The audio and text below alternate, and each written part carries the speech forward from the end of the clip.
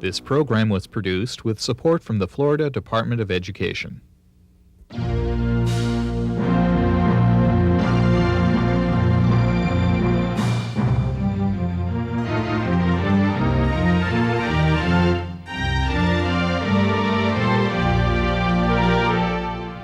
Hello, I'm John Thomas. We're at Marriott's Bay Point Resort in Panama City Beach, where we're going to be discussing a topic that created a storm of controversy when it first aired on Florida Crossroads. It's all about fishing, the use of gill nets and nets larger than 500 square feet in Florida waters. Petitions are being circulated around the state in an effort to get the issue on the November 1994 general election ballot. The prominent players in this issue are sports fishermen and commercial fishermen, and they'll have a chance to discuss their ideas on the issue in this special hour-long Florida Crossroads program. Here are some of the arguments that were put forth in the original show. During the 1992 legislative session, lawmakers and lobbyists pushed unsuccessfully to ban commercial fishing nets in Florida waters. The issue was also brought before the Florida Marine Fisheries Commission, the state body assigned to protect Florida's natural resources. Again, the net ban was killed. Now, we the people may get to decide. At your polling place during the 1992 general election, you may have seen something like this. People asking for your signature. Their goal, get the voters of the state to place on the ballot a referendum adding a commercial net ban to our state constitution. According to the language on the constitutional amendment petition form, no gill nets or other entangling nets, purse seines, drift nets, trammel nets, or stab nets shall be used in any Florida waters. In addition, and here's where most inshore shrimpers are affected, no other type of net containing more than 500 square feet of mesh area shall be used in nearshore and inshore Florida waters. Nearshore and inshore Florida waters include all waters 3 miles out in the Gulf and 1 mile out in the Atlantic. The current governmental agencies, the Florida government, is just simply not taking the steps necessary to control the major net fisheries in this state. FCA and others have worked with the Marine Fisheries Commission and the legislature for 7 years to try to get meaningful controls in place. And with rare exceptions, such as redfish and maybe a few other smaller examples, we've been unsuccessful to get this governmental structure to act. So we feel the only way to do that is to move forward with another program, the Ban the Nets program and the constitutional amendment. These people are the ones that are yelling the loudest, have got the boats on these seawalls, and those fish can't live down the seawall. They have to have these mangroves and stuff to get up in and hide from the big fish so that they can grow up and be big fish. And it's like I tell everybody, those mangroves are trees. They're not there just to look at or to cut down because you can't see the water from your house. They're there because God put them there for a purpose, and that purpose was for the little baby fish to grow up. How can you tell John Doe, oh, you can only take 5, but your neighbor's taking a ton? You know, it just makes no sense. It's a classic absurdity, which is based only on the fact that it's been done. The only thing they have is so-called tradition going for them, because they don't bid on this wildlife. They don't make a competitive proposal. There's no reason in the world why one person should take a ton and the next guy take 5 fish. No reason. All the economic studies, you could say jobs are a reason, but it's the opposite.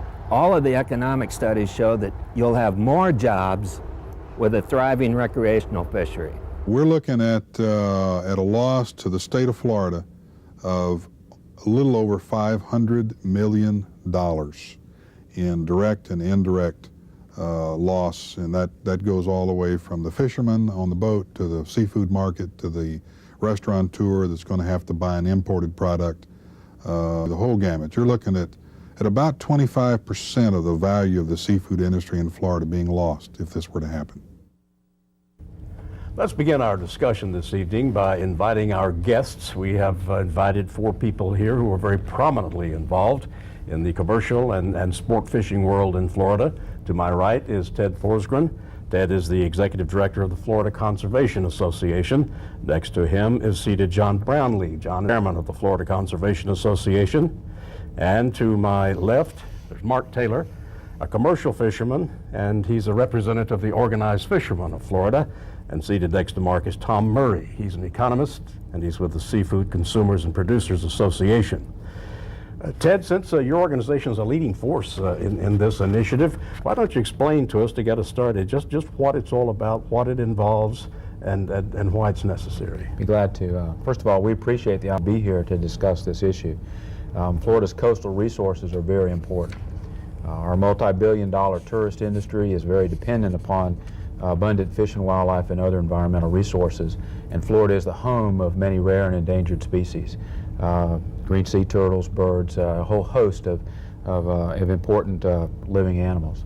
But we believe that there is a serious problem, that Florida's marine resources are in trouble. We also believe our governmental agencies, the system that's set up to deal with these problems has failed.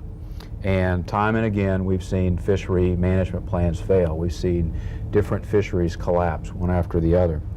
They're blocked, they're delayed. In fact, this last legislative session, the very agency that is in place to protect these resources was only reauthorized in the final hour of the session. It came close to being abolished. As a result, a coalition of conservation groups, of which Florida Conservation Association is one, is proposing an amendment which we believe is absolutely needed to restore and protect our publicly owned natural resources. The coalition has formed a committee called the Save Our Sea Life Committee. It includes Florida Conservation Association, Florida Wildlife Federation, Tropical Audubon Society, Florida League of Anglers, and Caribbean Conservation, one of the more well-known sea turtle groups in the United States. What I'd also like to do is just briefly let everyone know what is in the amendment. There's been a lot of discussion about it. First, the amendment would prohibit the use of all gill and entanglement nets in all Florida waters. That's a measure that is identical to what is in place in the states of California, Texas, Georgia, South Carolina, and all of the Great Lakes states, most of the Great Lakes states. It's also virtually identical to all of the freshwater Florida. It would also prohibit the use of any nets with mesh area larger than 500 square feet. What that would do is move all of the large shrimp trawls out of the nearshore bays and estuaries into the areas 1 mile offshore on the east coast and 3 miles offshore on the west coast. It would allow the use of non-entanglement nets that are less than the 500 square feet. It would also move the large purse seines out of the inshore bays and estuaries. What it does not do is it does not ban all nets in all Florida waters. There's no differentiation between a commercial net and a recreational net. The criteria apply equally to all. It doesn't affect netting activities in federal waters, and it doesn't prevent governmental agencies from enacting more restrictions in the future if they're needed. We think that there is substantial documentation which about the damage that's being done to particular gear type. Again, the issue is focusing on particular types of gear that we're proposing not to be used in Florida waters. Gear that has caused overfishing in certain species, that is responsible for indiscriminate entanglement and drowning of various other organisms, including endangered sea turtles and occasionally bottlenose dolphins. Ted, let me interrupt you just a moment and ask John before we get to you. What's wrong with all this from a commercial fisherman's standpoint? Mark? It's too extreme.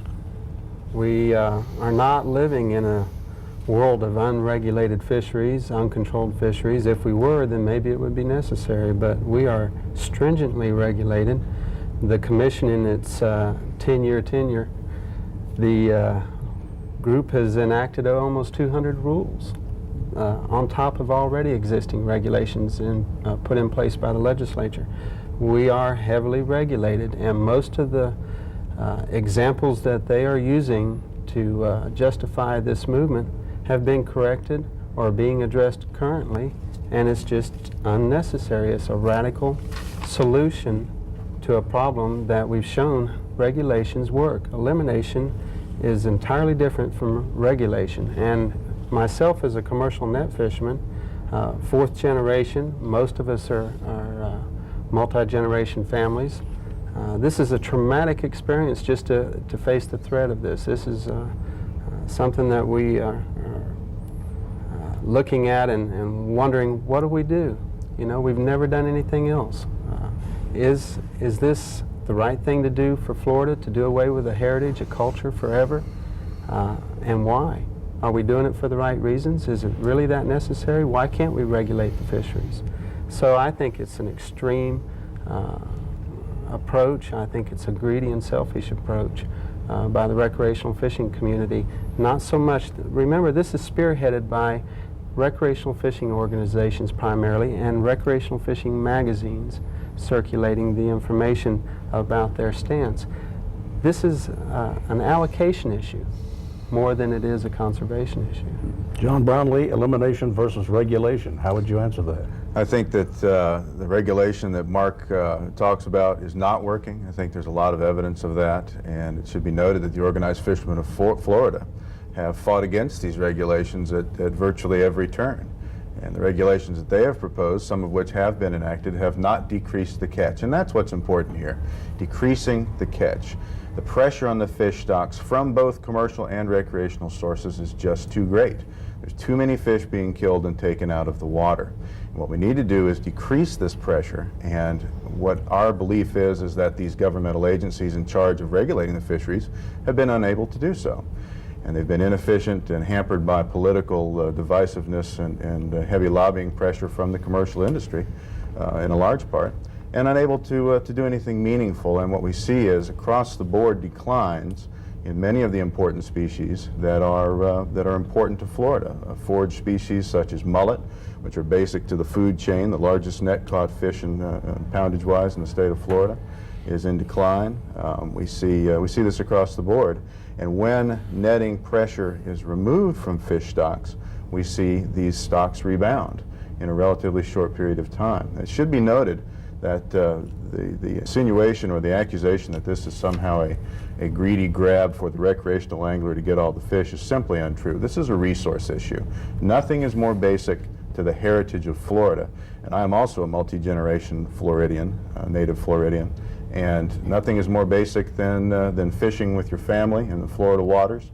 Nothing is more basic than tourism. Nothing is more basic than the dollars that this kind of activity brings in. That is also extremely important.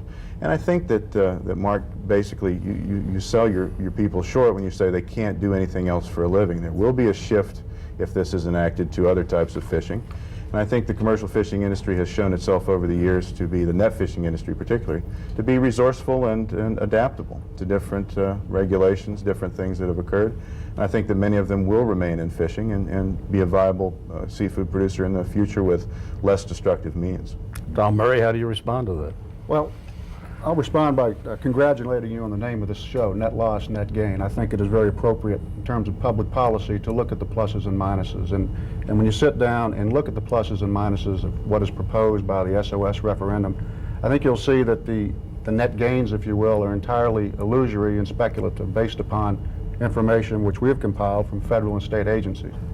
It's, we believe, totally unnecessary to the environmental health of our marine resources to propose a closure of coastal net fishing in Florida.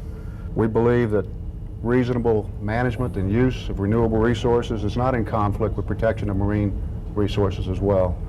We believe that the health and abundance in Florida, for example, has come a long way as a protection. But when you get down and look at the real source and quality of sea life, which we're all very interested in, fishermen, recreationalists, conservationists, we'll see that the data doesn't support the move to close coastal netting. The coastal netting, in fact, today is a very small component of the threat to our marine life. For example, we have gone to the National Marine Fisheries Service and the Florida Department of Natural Resources to look at the information on bottlenose dolphin strandings, for example. 1985, a voluntary as well as cooperative state effort to document the Florida bottlenose strandings. Over this period of time, they have found over 1,021 stranded dolphins, only 20 of which have been attributed to human-induced activities, specifically fishing, recreational, and commercial. Nobody likes to see any dead dolphins, but to characterize that factor as commercial net fishing, the main influence, I think is far-fetched and is not substantiated by the data which the agencies have taken the time to collect. It really is a wealth of background information which we feel if the public will take the time to inform themselves of, they'll be able to adequately assess the net gains, which we don't believe are significant, versus the net losses, which, as Mr. Taylor has pointed out, will be very, very dire. This is a very emotional issue, the business of destruction of sea mammals. You obviously would take issue with what Tom said, his figures. Absolutely. I think we'd be the first to admit that this whole issue does not revolve around bottlenose dolphins. It does not. Our point is that this type of entanglement gear, which is also causing overfishing in Florida waters, is on occasion and frequency also killing other sea life. And you mentioned only 20 in the last whatever the time period it was. There's been 9 since the amendment was announced, and here's the documentation from the latest 4 from the Marine Mammal Stranding Network. On each one, it has telltale scars from netting, and this is a governmental agency that's doing these reports.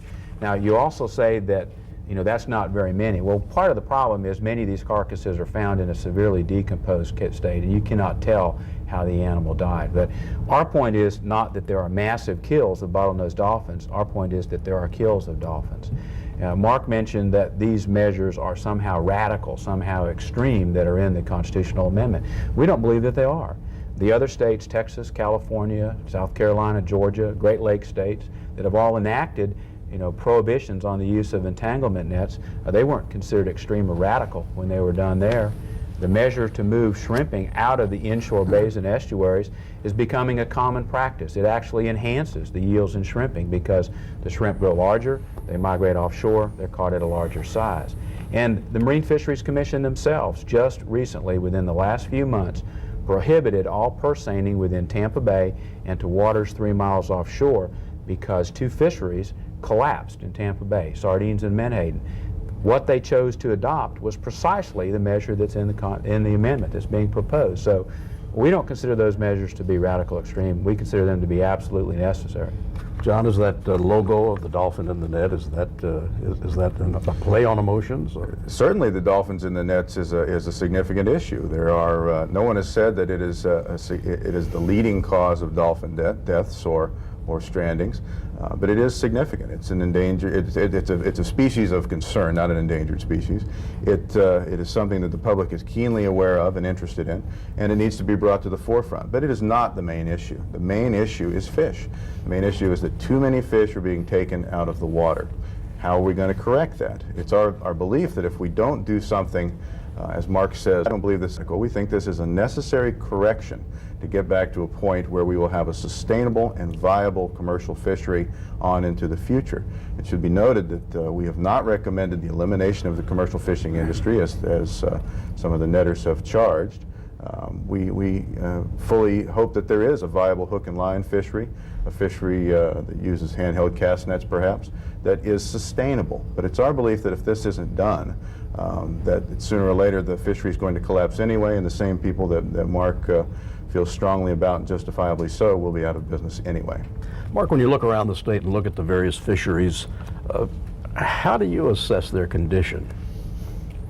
Well, I think we're all part of the problem. I think that some fisheries have been stressed. I think it's from overfishing by both groups in some instances, and then in other instances it's been the degradation of our habitat and our natural shorelines due to the development and we all appreciate tourism and people coming to Florida and spending money, but it's had an impact on our natural resources, very much so. I feel like management has already addressed a lot of the concerns where we've had a decline in certain species. With the presence of an ongoing net fishery, we have had success stories in bringing back a great abundance of fish. Spanish mackerel is an example. The reason redfish are being more abundant is you have 5 times, the recreational catch was 5 times as much as the commercial catch in the state of Florida on redfish, and no one is catching, with the exception of the recreational industry, those fish any longer, so there's a greater abundance. So you can bring back the resource through regulation, but for those of us who are small inshore and nearshore gillnet fishermen, for example, for me on the West Coast, having to go beyond 10 miles to try to use my gear, it would be rendered useless. We've never out there 10 miles with our gear for mullet and spots and whiting and sheephead and mackerel and stuff. There on the East Coast is 3 miles for that gillnet fisherman. Not so extreme, but on the West Coast it's very extreme. Other states have tried this. They refer to them as examples. The numbers of commercial fishermen affected in those states are a drop in the bucket, all of them combined, compared to Florida's commercial industry. We are a much larger industry, much more established and significant in this state. Oregon just tried an initiative and failed at banning nets in that region. We just feel that if we stay focused and regulate the fisheries, we have good rules in place, more rules are being developed. We don't challenge all the rules as he stated. We have only filed and gone through with probably, I think, 11 out of the nearly 200 rules that they've enacted. So, I mean, it's not that the industry is contesting management. We come forward with management proposals and counter proposals, and we get down and try to go to work and resolve what needs to be done if it's justified, biologically justified, not just to accommodate a recreational fishing industry. We need to coexist, and we can. It's just some people don't want to. In a previous program on this subject, we addressed the mullet fishery in Cortez. Both of you gentlemen are from the west coast of Florida. Tom, do you see any major degradation of that fishery? We see a gained stability in that fishery over the past 10 years. We have seen significant closures of the commercial fishery over the past 4 or 5 years. For example, under existing rules, that fishery is closed 32% of the time during the peak fall run season. We see massive areas such as Everglades National Park, which contributed 16 to 18% of all the landings in the southwest region, closed to commercial fishing since 1978. We see numerous local closures in all our local rivers, increasing mesh sizes which control the age of capture of these mullet. We see smaller nets being allowed for their use. A plethora of management measures which have been taken by this state in a stepwise manner to allow the continued harvest of its most important resource, we believe, while also assuring its integrity biologically. We feel that there is a management regime in place. Currently there is a great discussion about incrementally expanding that, a far cry from total closure of inshore netting, however. We feel that mullet, as any other fish, must be managed based upon the best available information. And getting back again to the premise of the proposed constitutional amendment, that commercial coastal netting is a significant factor of mortality of porpoises or manatees or black drum or sea trout, really defies the statistics. If you look at who is catching the fish in most of these fisheries, aside from mullet and croaker and spot, the hook and line recreational fishery catches the vast majority of these fish. So if we're going to cut back, let's look at the factors of mortality. With respect to Texas, we have done some looking at Texas Parks and Wildlife's recreational fishing statistics since the closure in Texas. And we note that unfortunately it takes a recreational fisherman in Texas 1/3 more time to catch the same amount of fish since the net ban has come into place in 1988. Hardly argues strongly for the success of that net ban. We feel that managing natural resources, the marine community, you manage a regime. There are many factors involved in Florida's estuaries, many problems with sea turtles aside from plastics and balloons and coastal degradation. It's a whole regime which is impacting these species. But when you look at the percentage of mortalities that can be documented in most of these species, fish, mammal, etc., and seabirds, it just doesn't conclude that the coastal net fisherman is a significant impact. Can we talk a moment about the roe issue, that the criticism that you're really harvesting the mullet for roe that goes, I guess, to Southeast Asia and what have you? How do you answer it? Is that a concern? I think that's a good point, because Mr. Murray was talking about all of this massive amount of regulations of mesh sizes, and 32% of the time is closed during the mullet season and so forth. Well, all these regulations were put into effect, and for 2 years while the regulations were in effect, the landings went up. So, you know, what was designed to take the pressure off the stocks didn't work. All of these different regulations, there are many, but they're ineffective. They weren't working. What we were trying to do, what the conservation troops were trying to do, and so was the Marine Fisheries Commission, was to take the pressure off during the spawning season. It's this intense, massive harvest during the spawning season for the roe, for the eggs, which goes to the Orient, which is putting this intense pressure on the stocks. And that's what the Commission has been trying to do, and several of the lawsuits that Mark was talking about have revolved around mullet. There have been 2 different lawsuits blocking plans that were tried to be put in place by the Commission. The sole purpose of those plans was to take pressure off during the spawning season. And now we're on the verge of another delay with another season coming up, and we don't yet know whether or not there'll be a plan in place this fall. But it's a problem. It's a problem in trying to control that harvest during the spawning season. And we don't deny that there have been hundreds of rules adopted. Our point is that those rules have been ineffective. Mark? Well, sir, the difference between the mullet fishery today and the mullet fishery when I was growing up is night and day. In the days of my youth and my father's and grandfather's days, we used much more efficient gear. I know the public probably can't realize that and doesn't understand that, but our gear was very efficient. We used gear that was a seine type net rather than gill nets. It was non-selective. We are fewer in number of fishermen today. We are catching fish and better utilizing that resource. What the public may not know is in the old days, the roe and the gizzard extracted from the mullet was discarded. We had no market. We always caught 50% of the annual production during the roe season. That's when the fish aggregate. That's when we always caught them, prior to the roe development market. Now we better utilize that resource. Now we market that roe and that gizzard to the Orient, and we utilize the carcass of the fish, and there's hardly only a minute percentage of the entrails that are wasted and not utilized. So we're better utilizing the resource. We're using more regulated gear to allow for escapement. I don't see how it could be improved upon other than the fact of increasing closure time, which we're deliberating with the Commission over right now. And I'd like to point out that we supported the initial regulations and came forward with those regulations. The state biologists have said there is no emergency on mullet. We are looking at increasing incremental management proposals as necessary. We really haven't had a chance to monitor the effectiveness of the existing regulation. And when you're at the peak of the cycle of the resource, you expect fishing to go up. What would the catches have been had there been no regulations in place? Like Ted was referring to, we would have had even higher catches, but the regulation limited our catch. So there's a lot that he's leaving out of this scenario. Well, I'd like to respond to that. This notion that somehow everything is the same as it's been forever. The difference is the export to the Orient. This didn't exist before.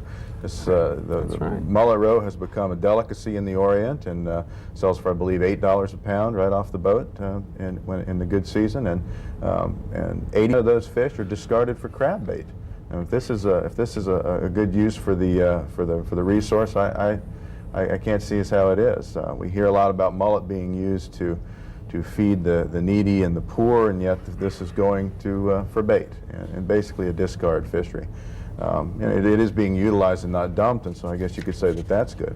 But if these regulations are in place that are working, why is the catch rising? The regulation that's going to help the fish stocks is some that decrease the pressure. Once again, we get back to the same issue. The purpose of this is not to give more fish to the recreational angler. We agree with you that recreational fishermen put a lot of pressure on fish stocks, and Tom conveniently mentions the ones that the recreational fishermen catch a lot of. But when you add up the total poundage of fish landed, a very few gill netters in the state of Florida land more fish than all commercial fishermen or all recreational fishermen combined. And so these are the forage species, the incredibly important members of the lower end of the food chain that are vital to a healthy and natural marine system. One thing I'd also like to respond to is this notion that somehow 200 regulations from the Florida Marine Fisheries Commission apply only to commercial anglers or net fishermen. Absolutely not true. A lot of these regulations apply solely to recreational anglers. So when you take the whole number of regulations and imply that they apply only to limiting the catch of commercial net fishermen, that's an inaccuracy. They apply to everyone. And recreational fishermen has been restricted across the board. The recreational fishermen can keep 1 redfish, 2 snook. Across the board, there are very restrictive bag limits, which is the number of fish an individual can keep in a day's time. And there will be further restrictions. Sea trout, there are very restrictive measures looming in the future. There are suggestions from 5 fish to 1 fish to 2 fish, depending on the region of the state. So the recreational angler is cutting back, and will need to do so in the future. And it's our belief that the commercial net industry needs to take less fish as well if we're to ensure a healthy fishery in the future for our kids and their kids. Tom, I'm curious about the wholesale and retail people in the industry and the consumer. What do you hear from these people on this issue? Well, I think they are, in fact, with regard to this public policy question, the silent majority. As Mr. Brownlee correctly points out, a very small minority of professional fishermen catch the majority of the fish. But they don't do this just to discard. They do this to provide resources to those who either don't want to fish or don't have the capacity to fish. In looking at the research that's been done by this state, you can see that the benefactors of the coastal net fishery are typically low-income consumers inland of the coastal waterways. They choose, because of heritage and their own tastes, to consume tens of millions of pounds of mullet, millions of pounds of croaker, and spot, fisheries that are only tapped by coastal net fishermen. We think this is an important aspect of the resource use in this state. Who benefits, who loses? And I think it's time to really focus on some of the net losses. Getting away from the Save Our Sea Life logo and its influence on marine mammal protection, which we all support. When you really look at the taking of this proposed referendum, you see that those who suffer the greatest are the 20% of the fishermen who rely on these net caught fish for 80% of their income, and the consumers in Florida, Orlando, Tallahassee, and other areas that consume 14 to 15 pounds of this fresh net caught fish every year, compared to other consumers, such as myself, who consume probably 2 pounds of it. They desire it, they choose to have access to it, and it's Mr. Taylor's constituents and mine who really provide that access. So we feel strongly that their voice has not been heard in this issue, and that if the proposal continues to go forward, these people will be accounted for. Of the species impacted, we feel that the mullet, again, being the biggest fishery in the coastal area, the continual increase in catch per unit effort, not landings, indicates health in the fishery. That is, even in the declining trend of the mullet cycle, which we believe from trough to trough is 8 years, even in the declining period which we're in now, the catch per trip in most of the regions of the state is increasing. Hardly a indicator of a problem in the fishery. We think the rules are working. The landings are actually coming down because of these closures, the massive closures of area, the controls on net fishing. To say that they're not having an impact would be similar to saying that a farmer farming 50 acres will have the same production on 25 acres. That just doesn't follow. Now, in terms of the consumer's impacts, we feel that there's a great consumer surplus from the access to these fisheries. Aside from the consumer, and the producers, again, rely heavily on these particular species for the bulk of their household income. We feel the professional fishermen would be the ones to lose the most in this, and we feel that the economic impacts associated with adoption of this would be very significant, again, compared to the biological gains. What part, if any major part, does aquaculture play in all of this? Is this something of the future that might be an answer to these questions? That's part of the issue that comes up when you talk about consumers. When you take a look at what part of the net caught fish play in the seafood consumption, it's a small portion. You look at the restaurant here. We looked at the menu this morning, and at a small restaurant in town last night, all of the fish were not caught by nets. They were caught by hook and line, species like grouper and snapper and amberjack.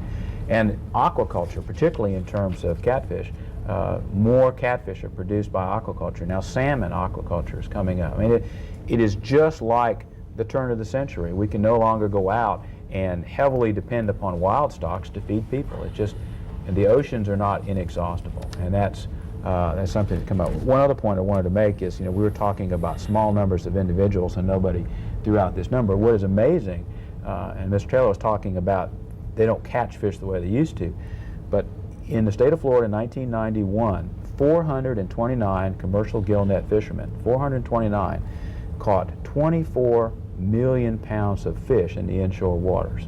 429. Those 429 individuals using gill nets caught more than the sum total of 5 million recreational and tourist and resident anglers. That's an astounding number to be caught by such a small number of people. So this is the type of gear that brings the pressure that John was talking about. Mark, I'm sure you've got a response to that. Well, I'm proud. I mean, we're providing a service. We're providing a source of food for the non-fishing public. I'm pleased. I mean, I don't take that fish home and put him under my bed. I mean, I had a wholesale seafood route for 12 years. throughout Central Florida. The consumers of that product were primarily blue-collar people, working-class people that enjoy fresh Florida seafood, net-caught fish primarily. You may not find all of it in an exclusive restaurant, but you may look on the menu and see grouper, or you may look on the menu in that exclusive waterfront restaurant and see stone crab claws. Well, the bait that John earlier was referring to is provided by nets to catch those products of grouper or stone crabs. If this were to come to pass and they were to ban nets, the impact of Florida will be much greater than people realize.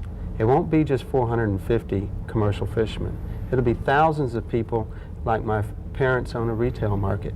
It would shut down tomorrow if net fishing were to go away. So I would, as a net fisherman, would be out of business. They would be out of business.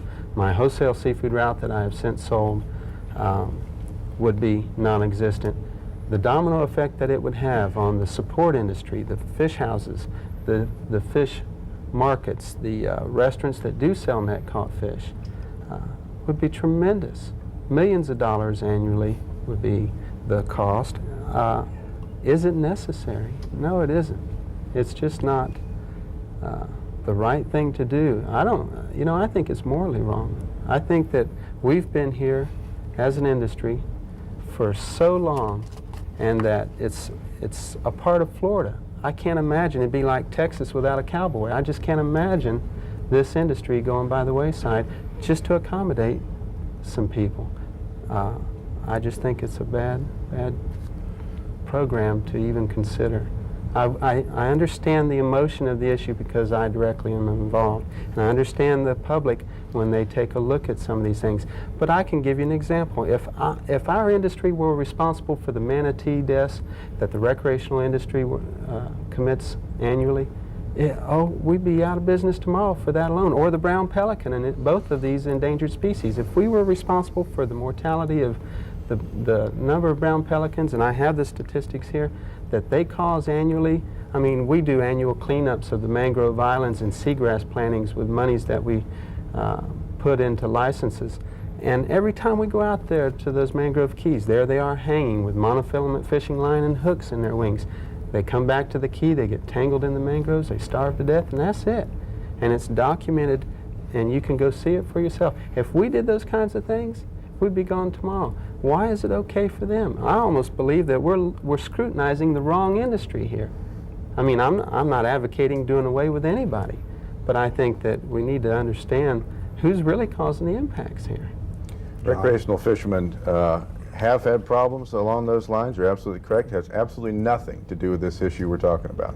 The Center for Marine Conservation has put out a public service announcement, which all the major fishing magazines are running, encouraging people not to discard line. And so the recreational industry is taking steps to address this. But the reason that your industry is not scrutinized for indiscriminate killing is because it happens underwater. Let's talk about ghost nets. Let's talk about nets that are lost. This is monofilament fishing line made into nets that sits there and kills fish for years and years and years. And the only way it's caught is if someone happens to find it or run through it with a boat or hook it with a line. These nets can go on killing fish indiscriminately for years. I'll back to a point that was made by Mr. Murray about economics and about we hear a lot in this campaign about feeding the poor or the lower income people with these seafood products, and we should examine what these seafood products really cost. Mullet costs in the neighborhood of $1.90 a pound, headed and gutted in a market. That includes bones, heads, a lot of unnecessary weight. When you take the meat off the bone, our research indicates that it costs as much as $3.50 a pound. This is as opposed to ground beef, which is $1.67 a pound, pork spare ribs, $1.77 a pound, and chicken breasts, $1.57 a pound. There is much less cost protein out there. So when people go out and buy these fish, they're not doing it because of low cost. They're making a choice, a conscious decision to buy a product that they like. And that's all well and good, but let's don't call it low cost, because that's not true. Secondly, if we want to talk about cost in general, and consumer surplus, let's think about, Mr. Murray, what would happen if the 17% of tourists that come to Florida specifically to saltwater fish all of a sudden don't come. What's going to be the negative impact of that if we keep heading on with this intense pressure on the fish stocks and they somehow collapse? You talk about manatee regulations. There are strict manatee regulations in places along the west coast of Florida, Crystal River, all along all coastal areas. And many marinas have gone out of business, recreational marinas. Fishing guides have been affected. So the recreational fishing industry has been affected by manatee deaths. There are steps being taken to correct it, and it has adversely affected many people. So I don't think it's fair to say that recreational manatee deaths are not being addressed. But equally important, why is a job gill netting fish in Florida more sacred than, say, a job at a waterfront restaurant or a marina or as a fishing guide or in a boat building company in the recreational industry? No one is entitled to a job forever. It's not guaranteed to someone that they can have the same job that their grandfather or father had. And in these tough economic times and with the pressures that these resources are facing, we feel as if this type of activity cannot continue with the pressure that it's putting on the stocks. So something has to change, and we feel like this is the correct measure. A number of value judgments implicit in what Mr. Brownlee's saying, and they're not new to this discussion. They've been perpetrated in this state for the last few years. The fact that a mullet in a showcase in a store may be more expensive than another piece of food is not the issue. The issue is choice. These consumers choose that. They desire to eat that. They believe it's a public resource and have as much right to its access as a recreational fisherman who contends that that also provides forage for the game fish that he does have sole access to. Let's not forget that the citizens of the state own the resource. It's not who has the boats to go catch it. With respect to the comparison of prices, again, the consumers do that every day. The comment of relatively inexpensive was related to other seafood products, which are found, as you pointed out, in white tablecloth napkins and other areas. The issue in terms of public policy is not one or the other. We can have sport fishing and we can have commercial fishing. We have adequate programs in place to manage them. We feel that the failure of the FCA to get exactly what it wants in these management issues has resulted in an attempt to end run the management process, because the commission in this state, councils at the federal level, and the cabinet and the legislature in this state have failed to acquiesce to all that FCA wants. We feel that that is FCA's position.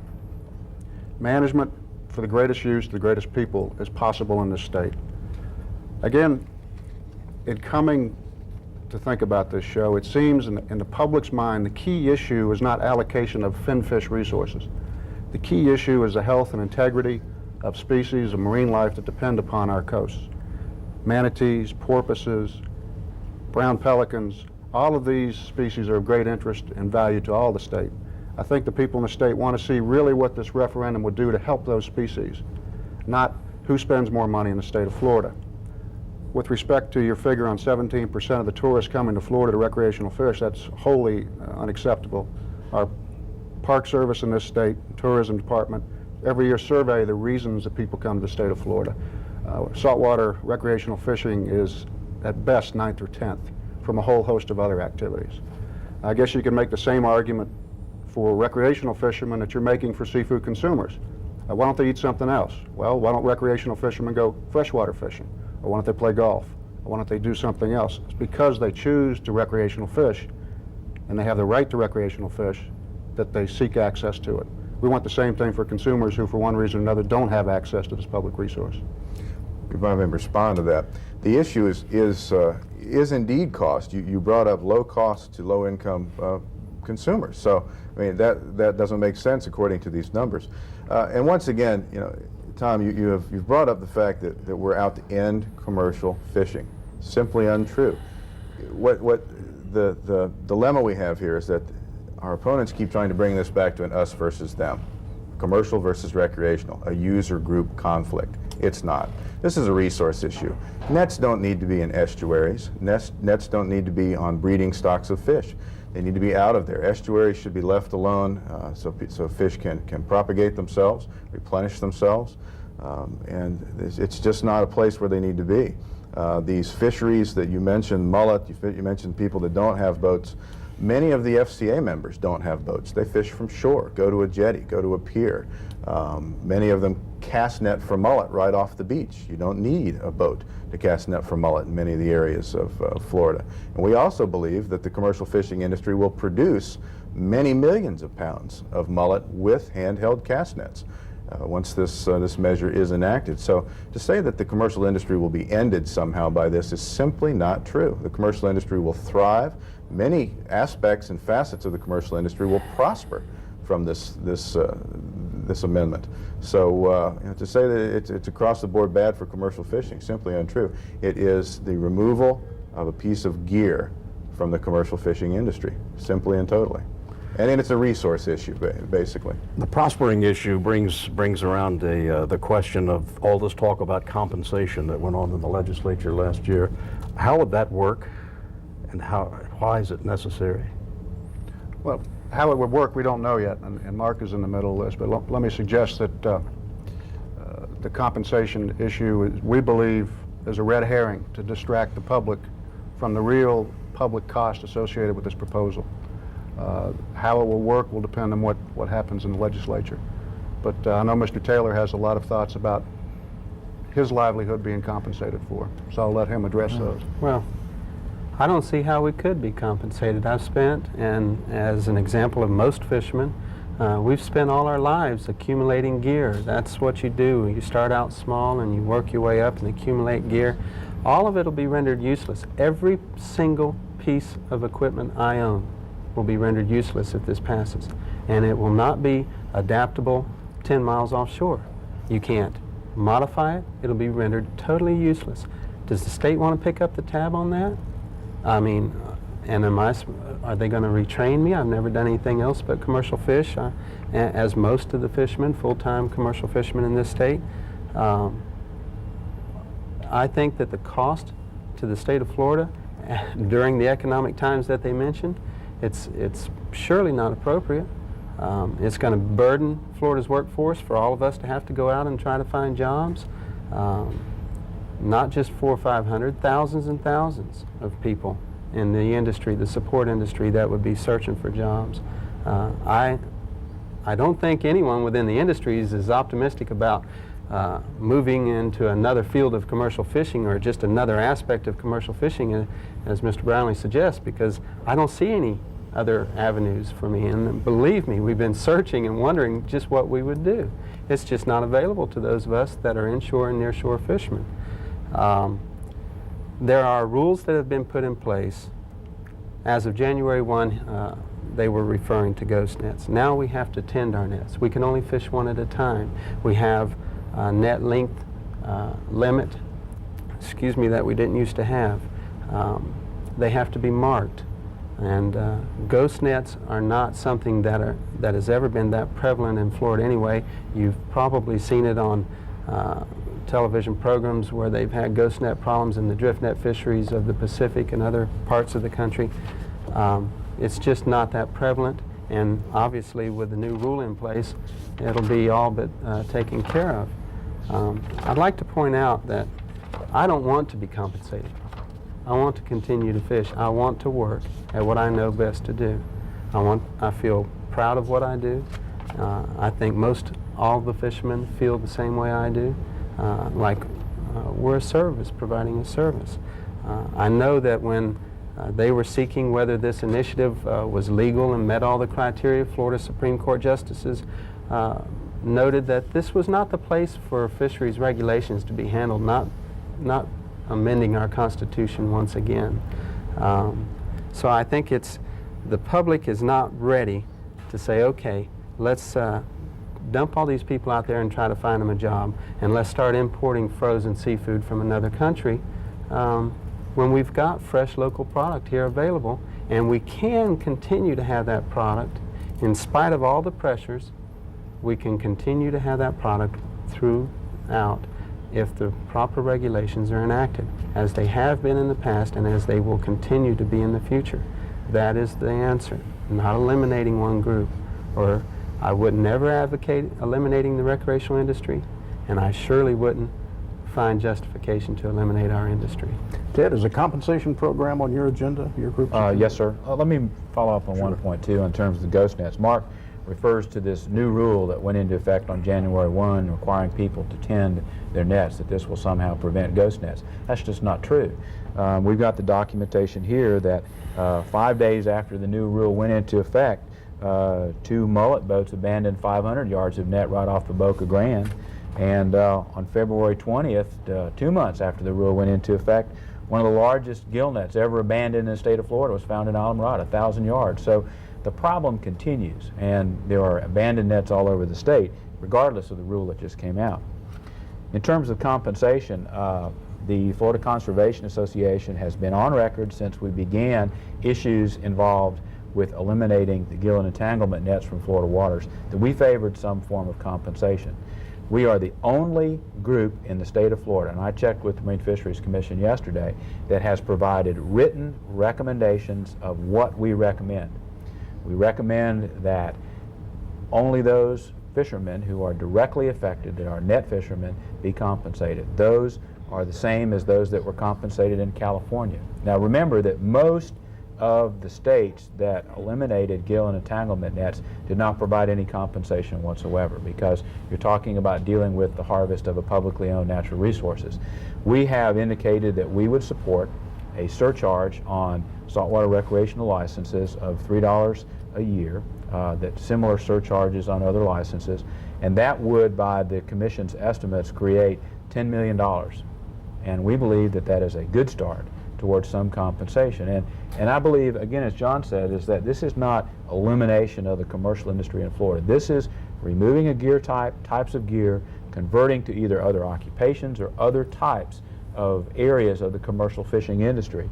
And when nets were eliminated, entanglement nets were prohibited in Texas, we have studies that show that 60% of the people involved in that remained in some form or another in the commercial fishing industry. So we think that'll happen. We also agree that there will be people who will not be able to continue under these rules and regulations, but we think that that is inevitable anyway, that the kind of pressure that's being placed on our coastal resources is such that it can't sustain that type of pressure. So we either do this now and try to come up with some way through the legislative process to provide some compensation to allow these individuals to move to other gear types or to other occupations, or we wait, and the damage that occurs is going to be even more devastating. And you only have to look at the newspaper to see what's happened in New England communities. And Mark's talking about heritage. Whole towns are crumbling up there. The whole community is being undermined. Why?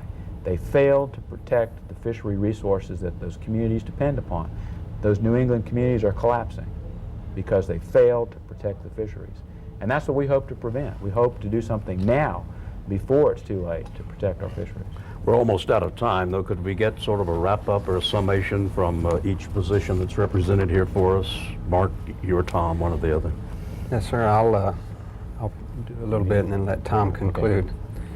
We don't have exclusive access to any particular resource. We don't want exclusive access. We just want an opportunity to participate in a regulated and controlled fishery. There are examples that they have of snook, tarpon, bonefish, marlin, sailfish. You might as well consider redfish a game fish, where they have exclusive rights to that resource, and it's not enough for them. If we had, if they were proposing in New England what they're proposing here in Florida, those fishing communities would be gone, because it's not a regulation. It's an elimination. I mean, I don't know how to explain it any clearer. It's not a regulation. To do away with nets in Florida is very clear. It means the elimination of probably the oldest industry the state has. Mark, we're almost out of time. Okay. I do want to give each of you a chance to make a comment. Tom? In terms of an environmental issue, as it's been portrayed, we don't believe, again, that the data suggests that this proposal will do anything to alter the danger to sea life in this state. We feel that the resources can be managed cooperatively for the greatest use by recreational, commercial fishermen and consumers.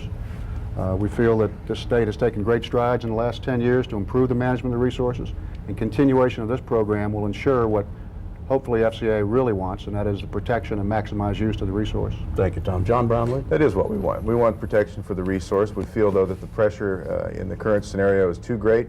We must do something to eliminate the pressure, to tone it down. The recreational industry will cooperate. The recreational industry needs to cut back as well, and has been for many years. But this type of gear simply can't continue to exist on into the future. And the collateral damage that's being done to juvenile green sea turtles, for example, on the east coast of Florida, occasionally to bottlenose dolphins, ghost netting. We haven't even touched on the issue of bycatch. The wastage that goes on with this type of fishery is enormous. It's just a type of fishery that does not need to go on into the future if we are to have a renewable, sustainable commercial fishery that can exist on into the future and guarantee our descendants a viable and wonderful marine resource that we've enjoyed for so many years. Ed, briefly, if you will. I think that as people begin to look at this issue and go into detail and look at the references and look at the documentation and look at all the things that we've all talked about, I think that they will come to understand, just like the many of the thousands of people in the coalition have done, is that this is the right environmental policy for the state of Florida for the future, and is also the right economic policy for the state of Florida. And like the nearly 400,000 people that have already signed the petition to put this on the ballot for November of next year, we believe very strongly that the majority of Floridians will vote in favor of this measure. Gentlemen, we are out of time. We want to thank all of you very much for being with us and discussing this issue of such importance to Florida. And we will be watching this with great interest between now and November on the 1994 ballot and to see what the outcome is. Great. We thank you for being with us, and we'll see you again next week on Florida Crossroads.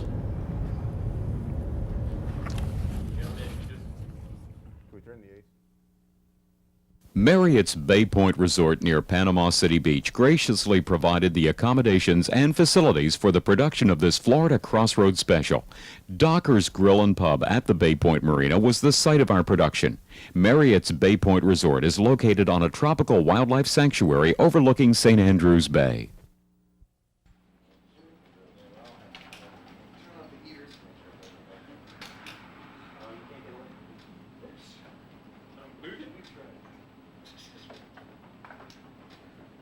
Yeah, if you guys want to go ahead, we got all the cases and everything outside, so. Did he could undo that? Yeah, that's my question. Did he tell you you could undo that? You don't ever take a camera loose till you get the confirmation. For a transcript of this program, send $3 to Florida Crossroads, P.O. Box 20066, Tallahassee, Florida 32316.